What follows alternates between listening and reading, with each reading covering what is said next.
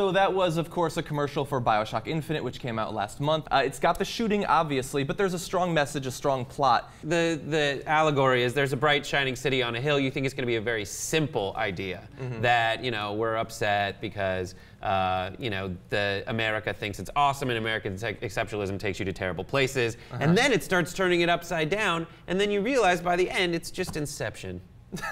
Now, when we talk about messages in video games, historically, they get a lot of criticism because they're portrayed as sending the wrong messages to gamers. Messages about violence always being the solution to everything, the portrayal of women, the portrayal of homosexuals. What do you think about the messages that modern games are sending? Do you think it's a venue for positive social, political, or ideological messages? I would never argue that games have a responsibility to send positive messages. I think that, like with novels, with movies, with any genre you can think of where stories are matter, the game should serve the best interests of the story, and in games that involves play mechanics and stuff like that.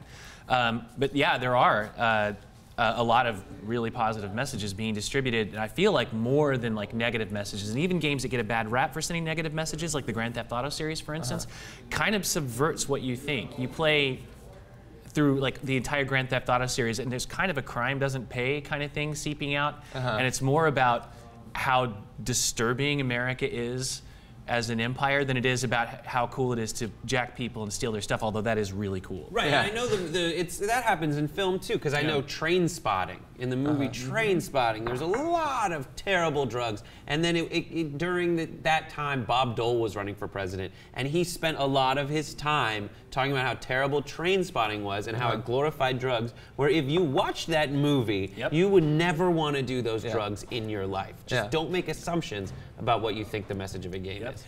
Kim, do you think that people, like, when they're buying these popular games and they're playing the games, do they really pay attention to the messages, or does most of that just tend to go over their head? I think on a shallow level, people who don't play games, like politicians, will look at a game with guns in it and be like, it's pro-guns, it's guns. But like Brett said, like Roger Ebert a long time ago, he addressed Congress and Bob Dole about reading only on the surface level of these movies. You know, there's guns, a cop does get killed in this movie, but it's not about glorifying guns and glorifying cop killing. You're not reading into it, and you're getting the wrong assumptions. Have you ever tried to tell someone a story while they're playing a video game? You just get a lot of and then they're going to shoot something else. So what you try to convey, you don't know if that's fully conveyed to the person playing the game.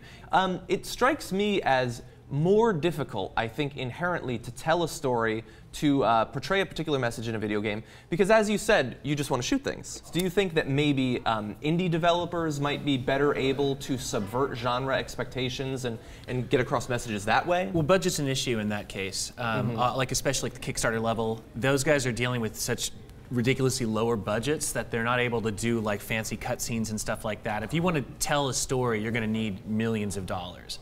So for indie developers, they're having to tell simpler stories, and oftentimes one of the reasons those games tend to be such like throwbacks to the Nintendo era is because they can create goal-oriented games with aesthetic elements like soundtrack or puzzles that give you a sense of completion that you would get from a narrative story without having to spend $1 billion on voice actors. So I don't think that they can, but that's not because they're not awesome, it's because they're working with a different set of tools.